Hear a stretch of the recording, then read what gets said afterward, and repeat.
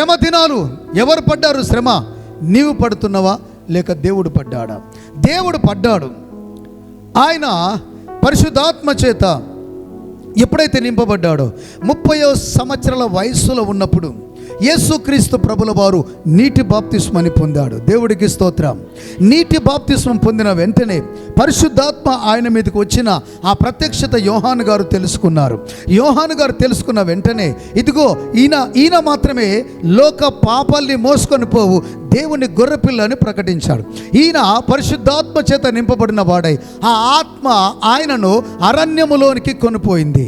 ఆ ఆత్మ ద్వారా ఆయన అరణ్యములోనికి వెళ్ళి 40 దినములు 40 రాత్రులు అక్కడ ఆయన ప్రార్థనలో గడుపుతున్నప్పుడు అపవాది రకరకాల శోధించాడు. ఆయన ఉపవాసం ఉన్నప్పుడు రకరకాల శోధించాడు. రకరకాల ఆటంకాలు జరిగినాయి. దేవుని బిడ్డలారా, ఈరోజు నీవు కూడా ఎప్పుడైనా ఉపవాసం ఉన్న సందర్భం నీకు గుర్తుందా? ఎప్పుడైనా దేవుడి సన్నిధిలో కనీసం ఒక 2 గంటల ప్రార్థన ఎడతెరిపి లేకుండా ఉన్నది నీకు గుర్తుందా? ఉపవాసముతో తండ్రి నీ చిత్తం ఏమై ఉన్నదో నేను గ్రహించినట్లుగా నా కన్నులు తెరిపించమని ప్రార్థన చేశావా? తండ్రి నీ చిత్తానుసారంగా నేను బ్రతుకుతున్నానా? ఒక్కసారి నా భవిష్యత్తు నా కళ్ళ ముందు పెట్టు ప్రభువా అని ఎప్పుడైనా ప్రార్థన చేశావా? ప్రభువా, నా నిమిత్తము నీవు అనేకమైన శ్రమలు పొందినావు, నా పట్ల నువ్వు ఏ ఉద్దేశం కలిగి ఉన్నావో నాకు బయలుపరచు తండ్రి అని ఎప్పుడైనా ప్రార్థన చేశావా?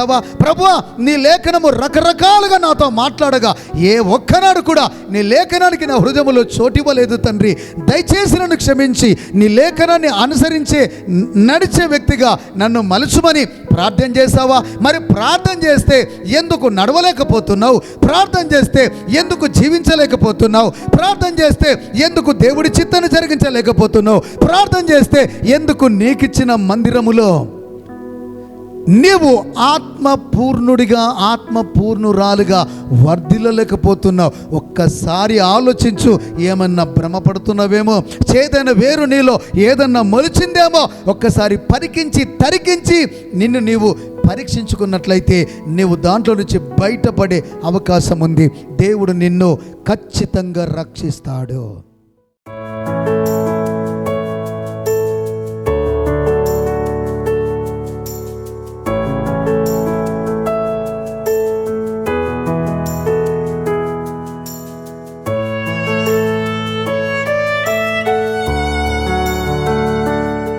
మా యొక్క పరిచర్యకు మీరు సపోర్ట్ చేసి బలపరచగలరని ఆశిస్తున్నాం. యుద్ధము చేయవానికి ఎంత జీతమో యుద్ధ సామాగ్రి అందించడానికి అంతే జీతమని దేవుని వాక్యంలో వ్రాయబడి ఉన్నది. మీలో ఎవరైనా దేవుని చేత ప్రేరేపించబడి దేవుని పనికి సహకరించాలనుకుంటే ఫోన్పే, గూగుల్ పే, పేటిఎం చేయగలరు.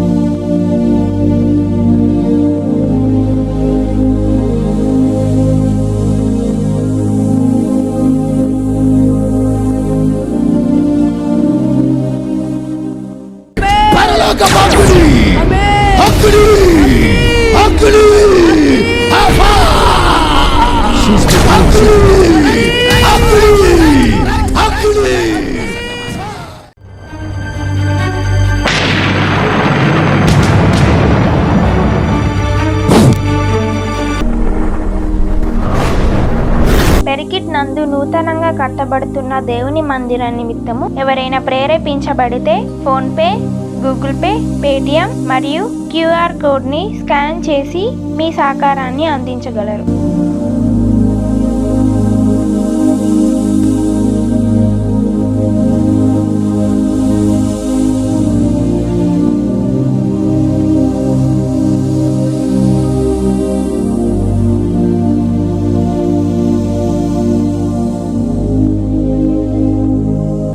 Account details 2022-126-4408. IFSC code SBI N00144156.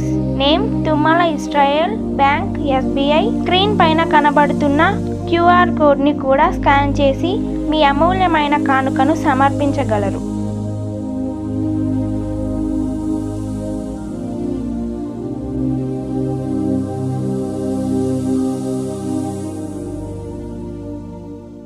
ఆధ్యాత్మికమైన పాటలు మరియు వాక్యం కోసం మా YouTube channel pastor Israel Shalom మినిస్ట్రీని సబ్స్క్రైబ్ చేసుకొని బెల్ ఐకాన్ని యాక్టివేట్ చేసుకోగలరు.